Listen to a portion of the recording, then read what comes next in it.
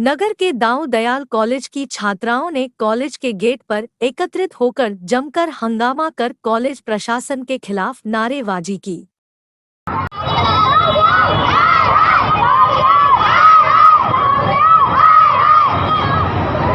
छात्राओं ने कॉलेज प्रशासन पर आरोप लगाया कि उन्हें पास करने के बाद कई छात्राओं को फेल कर दिया गया है। कॉलेज प्रशासन छात्राओं के भविष्य के साथ खिलवाड़ कर रहा है। इस दौरान कई छात्राएं भविष्य बिगड़ने के चलते रोती बिलखती नजर आई। वहीं दाऊदयाल कॉलेज की प्राचार्या ने यूनिवर्सिटी के सिर ठीकरा फोड़ते हुए कहा, रिजल्ट दोबारा रीचेक किया जा रहा है, कहीं एजेंसी की कोई मिस्टेक तो नहीं। लाजमी है गुस्सा होना उनका, क्योंकि जिस तरह यूनिवर्सिटी ने रिजल्ट निकाला है बच्चों का, अगर बच्चा अदर सब्जेक्ट्स में A+, B+ ला रहा है तो क्या वो दूसरे एग्ज़ाम में NQ लाएगा? नॉट क्वालिफाइड फेल हो जाएगा? नहीं फेल हो सकता, मेरे मानने से तो नहीं फेल हो सकता, क्योंकि वो 75 में से 30 नंबर नहीं ला पाया। इतना तो टफ पेपर नहीं था, क्योंकि जैसा मैंने बच्चों से बात की, उन्होंने कहा कि मैडम पेपर बहुत इजी था, इंटर लेवल का पेपर था, उसमें होम साइंस से रिलेटेड उनका क्वेश्चन थे उसमें। तो यूनिवर्सिटी में बात की गई, एप्लीकेशन यहाँ से भेजी गई, 40,000 बच्चे इंक्लूड हुए एग्ज़ाम में, अपीयर हुए एग्ज़ाम में 40,000 बच्चे, पूरी यूनिवर्सिटी के जितने भी कॉलेजेस हैं, कंपलसरी पेपर है ये। उसमें से 17,000 बच्चों का NQ लिखकर आया उनकी मार्कशीट पे, जो अपलोड की यूनिवर्सिटी ने। अपने कितने बच्चे फेल हुए हैं? अपने बच्चों का भी सही तो नहीं आंकलन हो पाएगा, क्योंकि अभी यूनिवर्सिटी ने कोई लिस्ट नहीं भेजी है।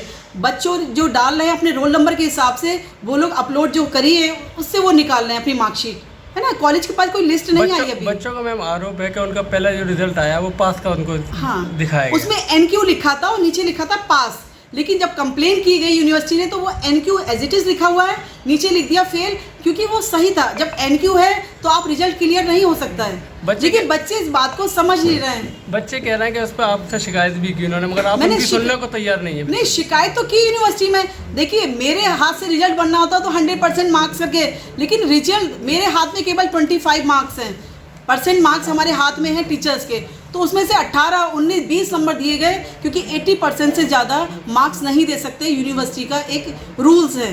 तो बच्चों को 25 में से 18, 19, 20 मार्क्स दिए गए।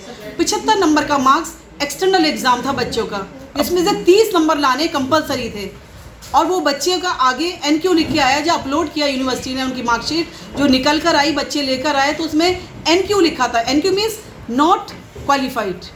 बहुत गरीब फैमिली से आते हैं, जितने चूड़ी के कारीगर हैं बच्चे, रात में काम कर करके पैसे जोड़ते हैं, तब फीस वो जमा करते हैं। मुझे मालूम है उनकी स्थिति, लेकिन अब जब यूनिवर्सिटी कहती है कि मैडम बच्चे 30 नंबर भी नहीं ला पाए, तो मेरा यही कहना है कि बच्चे A ला सकते हैं, A+ ला सकते हैं, B+, C किसी का भी नहीं आया उन बच्चों का। जितने बच्चों या आगे जो हैं मैदान में खड़े हुए हैं, उन बच्चों का C किसी सब्जेक्ट में नहीं है, तो क्या वो को करिकुलर में 30 नंबर भी नहीं ला पाए?